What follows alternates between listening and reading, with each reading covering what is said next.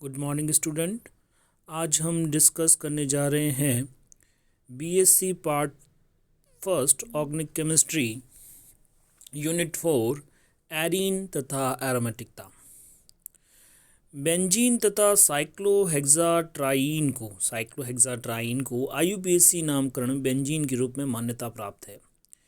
एक अथवा अधिक हाइड्रोजन परमाणु या परमाणुओं के समूह द्वारा प्रतिस्थापन करने पर हाइड्रोजन जब बेंजीन रिंग का एक या परमाणु या परमाणुओं के समूह के द्वारा प्रतिस्थापित होता है तो बेंजीन व्युत्पन्न उत्पन्न होता है, जिसका नामकरण बेंजीन व्युत्पन्न के रूप में किया जाता है।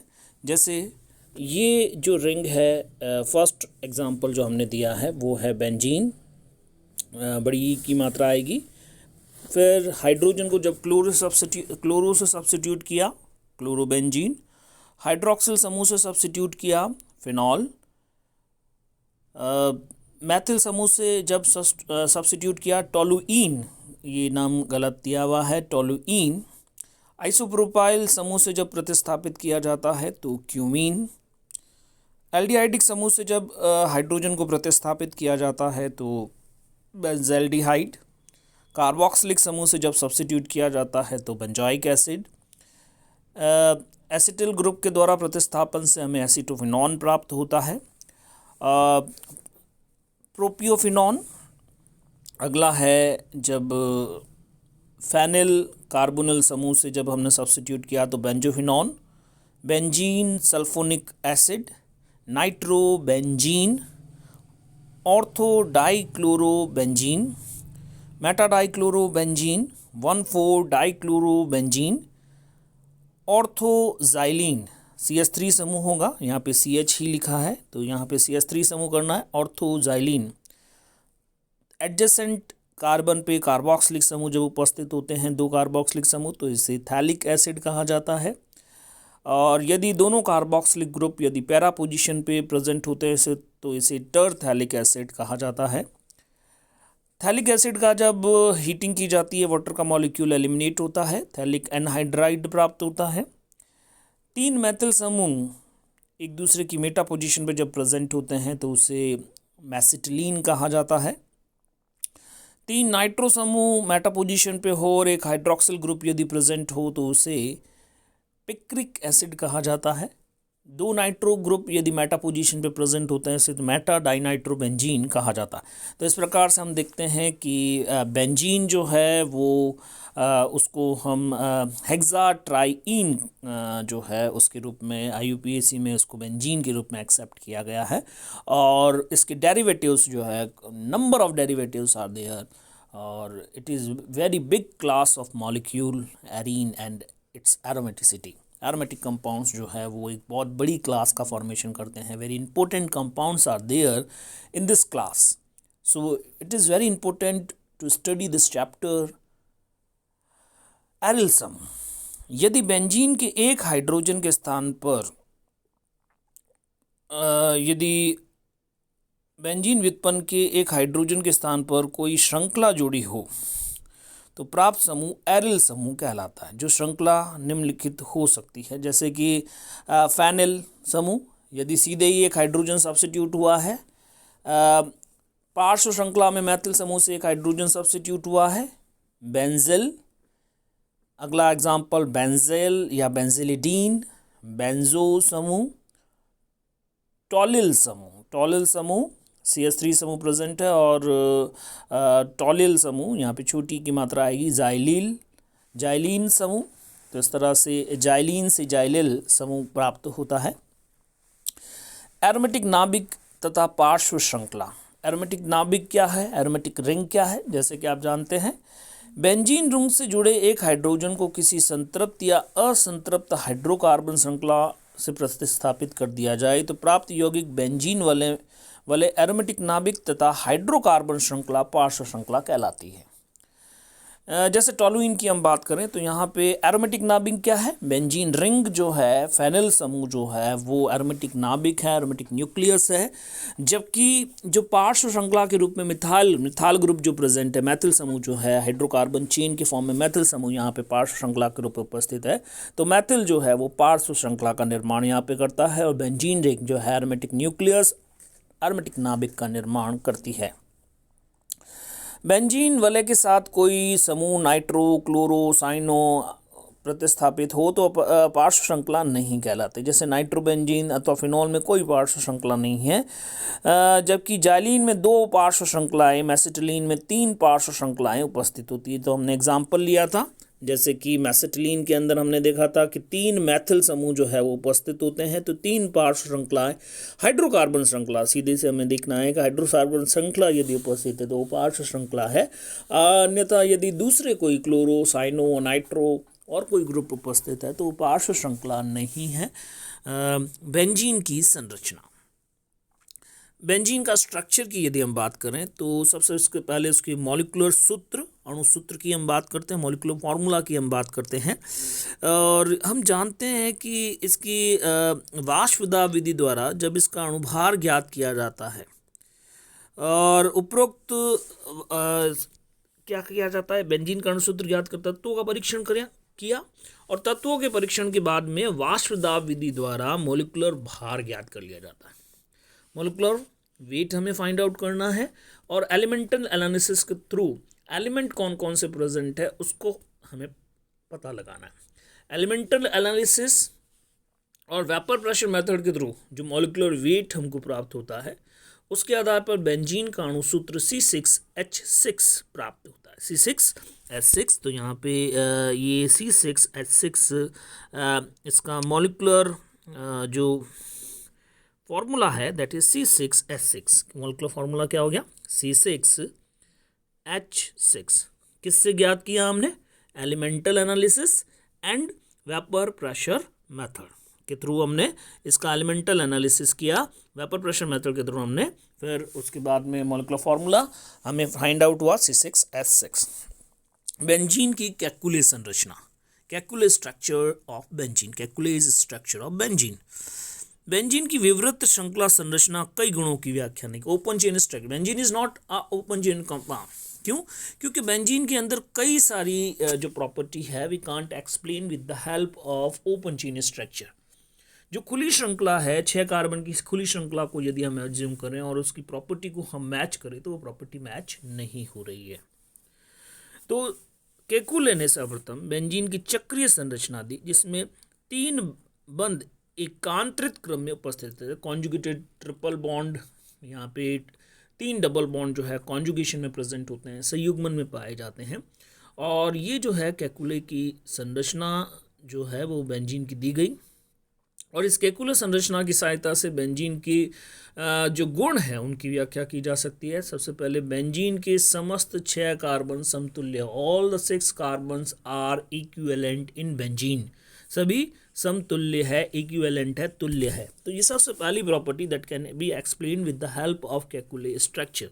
बेंजीन का जो केकुले स्ट्रक्चर है उसकी सहायता से हम एक्सप्लेन कर सकते हैं why all carbon are equivalent, समतुल्य है। बेंजीन के हैलोजनीकरण में 6 हैलोजन परमाणुओं का जुड़ना।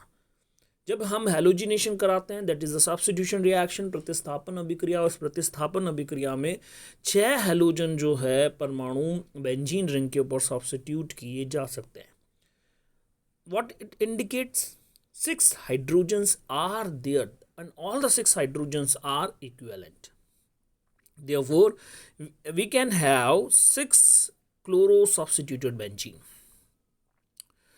हाइड्रोजनीकरण प्रक्रिया में 6 हाइड्रोजन परमाणु को जुड़ना। हाइड्रोजनेशन जब बेंजीन का कराया जाता है साइक्लोहेक्सीन प्राप्त होता है और 6 हाइड्रोजन इसके अंदर जुड़ते हैं। तो अगेन केकुले स्ट्रक्चर के द्वारा इसको हम एक्सप्लेन कर सकते हैं। केकुले की गतिक संरचना, dynamic structure of Kekule, Kekule की गतिक संरचना, डायनेमिक स्ट्रक्चर ऑफ केकुले।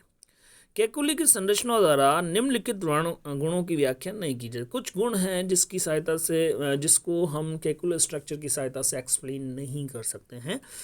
तो उनमें सबसे पहला गुण क्या है? सभी कार्बन कार्बन बंध लंबाई एक समान होती है। जबकि केकुलर स्ट्रक्चर के अंदर अपन कह रहे हैं कि 3 double bond are present and these all the double bond are in conjugation. वो सारे एकांतरित उपस्थित है, संयुग्मन में है।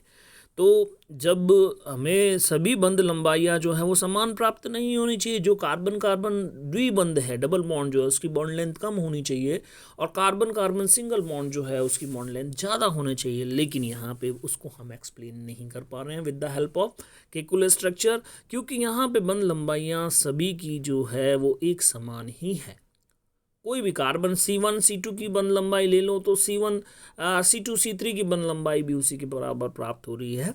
दूसरा, द्विप्रतिस्थापित बेंजीन में केवल 3 समावयवी होते हैं, जबकि केकुलर संरचना के अनुसार द्विप्रतिस्थापित बेंजीन में कई तरह के समावयवी हो सकते हैं। 4 समावयवी जैसे कि यहाँ पे दर्शाया गया है। एक में जो है एडजेसेंट कार्बन के ऊपर है 1/4 पोजीशन पे, 1/3 पोजीशन पे है, और दूसरी तरफ जो है अगेन 1/6 पोजीशन के ऊपर भी डबल बॉन्ड जो प्रेजेंट है, वहाँ पर भी सब्स्टिट्यूशन प्रेजेंट है। तो ये 4 डिफरेंट आइसोमर होने चाहिए, है ना। लेकिन यहाँ पे ऐसा होता नहीं है, और इन गुणों की व्याख्या जो है केकुलर संरचना के द्वारा नहीं दी जा सकती है। तो फिर डायनेमिक स्ट्रक्चर प्रेजेंट किया गया।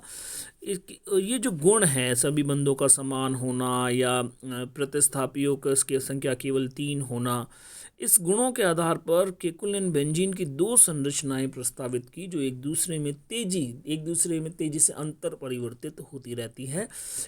बॉन्ड शिफ्टिंग की 2 स्ट्रक्चर जो है, देखिए यहाँ पे पहले के अंदर 1-2 के अंदर सिंगल बॉन्ड है, तो दूसरे के अंदर 1-2 के अंदर डबल बॉन्ड प्रेजेंट है। दूसरे के अंदर 2-3 के अंदर डबल बॉन्ड है, लेकिन पहला जो अगला स्ट्रक्चर है उसके अंदर 2-3 के बीच सिंगल बॉन्ड प्रेजेंट है। तो इस तरह से केकुले ने एक डायनेमिक स्ट्रक्चर प्रेजेंट किया कि देयर आर 2 स्ट्रक्चर्स, और वो दोनों स्ट्रक्चर बेंजीन के एक दूसरे में फास्ट इंटरकन्वर्ट होते रहते हैं। और इस कारण से हमें जो है ये आगे की जो हमने देखा कि सारी बंध लंबाइयाँ समान है या इसके अंदर केवल 3 प्रतिस्थापी ही है, तो उसकी व्याख्या जो है डाई सब्स्टिट्यूटेड कंपाउंड्स के अंदर उसकी व्याख्या हम केकुले की डायनेमिक स्ट्रक्चर के थ्रू कर सकते हैं। तो केकुले की इन संरचनाओं के आधार पर द्विप्रतिस्थापित बेंजीन में 3 समावयवियों की व्याख्या आसानी से की जा सकती है, क्योंकि दोनों संरचनाएं तेजी से अंतर परिवर्तित होने के कारण दोनों ऑर्थो स्थितियाँ कैसी हो जाती है, समान हो जाती है। यहाँ पर ऑर्थो पोजीशन के अंदर हम डिफ्रेंशिएट कर रहे थे कि ये जो ऑर्थो पोजीशन है, this one and this one are different, यदि हम माने केवल केकुले के सिंगल स्ट्रक्चर के थ्रू। लेकिन ये दोनों स्ट्रक्चर जो है वो एक जैसे ही स्ट्रक्चर हो जाते हैं जब हम डायनेमिक स्ट्रक्चर प्रपोज करते हैं बेंजीन का। तो केकुले ने डायनेमिक स्ट्रक्चर को प्रपोज करके बेंजीन में 3 समावयवियों को, डाई सब्स्टिट्यूटेड बेंजीन में 3 समावयवियों को अच्छे से एक्सप्लेन कर दिया। तो केकुले का डायनेमिक स्ट्रक्चर बेंजीन का दिया गया। फिर बात करते हैं स्थायित्व तथा कार्बन कार्बन बंध लंबाइयाँ। बेंजीन का स्टेबिलिटी क्या है, कितनी स्टेबिलिटी है, और उसके अंदर कार्बन कार्बन बंध लंबाइयों को किस तरह से ज्ञात किया जाएगा, उसकी व्याख्या हम अब करने जा रहे हैं। We are explaining stability and carbon carbon bond length in benzene. Benzene के स्थायित्व की व्याख्या करने तो हाइड्रोजनीकरण की ऊष्मा, हीट ऑफ हाइड्रोजनेशन, हाइड्रोजनीकरण ऊष्मा, हीट ऑफ हाइड्रोजनेशन को ज्ञात किया जाता है। किसी असंतृप्त यौगिक के 1 मोल का हाइड्रोजनीकरण करने पर, यानी कि जैसे एल्कीन की बात करें तो उत्पन्न ऊष्मा जो है वो हाइड्रोजनीकरण ऊष्मा कहलाती है। क्या करें, हम एक अनसैचुरेटेड जैसे कि एल्कीन ले और उसका हाइड्रोजनेशन करें, और हाइड्रोजनेशन के दौरान जो हीट जनरेट हो रही है उसे हीट ऑफ हाइड्रोजनेशन, हाइड्रोजनीकरण ऊष्मा कहा जाता है। हाइड्रोजनीकरण ऊष्मा कम होने पर यौगिक का स्थायित्व अधिक पाया जाता है। साइक्लोहेक्सीन, ये गलत नाम लिखा हुआ, हेक्सीन है, हेक्सीजीन नहीं, हेक्सीन है। साइक्लोहेक्सीन का हाइड्रोजनीकरण ऊष्मा जो है वो 28.6 किलो कैलोरी पर मोल होती है। तीन द्विबंध युक्त बेंजीन के हाइड्रोजनीकरण से ऊष्मा 85.8 किलो कैलोरी पर मोल के बराबर प्राप्त होती है, अर्थात बेंजीन का स्थायित्व अधिक है। भाई हम बात कर रहे हैं कि साइक्लोहेक्सीन जो है, जिसमें केवल एक डबल बॉन्ड प्रेजेंट है, उस साइक्लोहेक्सीन के अंदर जो हाइड्रोजनेशन एनर्जी है वो कितनी प्राप्त होती है, 28.6। और साइक्लोहेक्साडाइन के अंदर वो डबल हो जाती है, वो डबल होकर कितनी हो जाती है, 57.2। और फर्दर यदि हम बात करें कि हेक्साट्राइन की बात करें, तो जिसे हम बेंजीन भी कह रहे हैं, तो कैलकुलेटेड एनर्जी इसकी जो है 85.8 किलो कैलोरी पर मोल होनी चाहिए, लेकिन एक्चुअल में होती कितनी है, केवल 49.6 किलो कैलोरी पर मोल ही होती है। तो यहाँ पे जो हीट ऑफ हाइड्रोजनेशन जो है, जो जितना हम एज्यूम कर रहे हैं उसके तुलना में एक्सपेरिमेंटल वैल्यू जो है, थियोरेटिकल वैल्यू की तुलना में एक्सपेरिमेंटल वैल्यू कम आ रही है। इस कारण से बेंजीन की स्टेबिलिटी अधिक है। बेंजीन में बंध लंबाई दो प्रकार की होनी चाहिए, अर्थात कार्बन कार्बन एकल बंध की लंबाई 1.54 एंगस्ट्रॉन्ग तथा कार्बन कार्बन डबल बॉन्ड की लंबाई जो है 1.34 एंगस्ट्रॉन्ग होनी चाहिए। लेकिन बेंजीन में सभी कार्बन लंबाइयाँ एक समान होती हैं, जो कि 1.39 एंगस्ट्रॉन्ग के बराबर होती है। तो इस तरह से बेंजीन के अंदर हम देखते हैं एक्स्ट्रा स्टेबिलिटी प्रेजेंट है और सभी कार्बन कार्बन बंध लंबाइयाँ समान है। Thank you very much.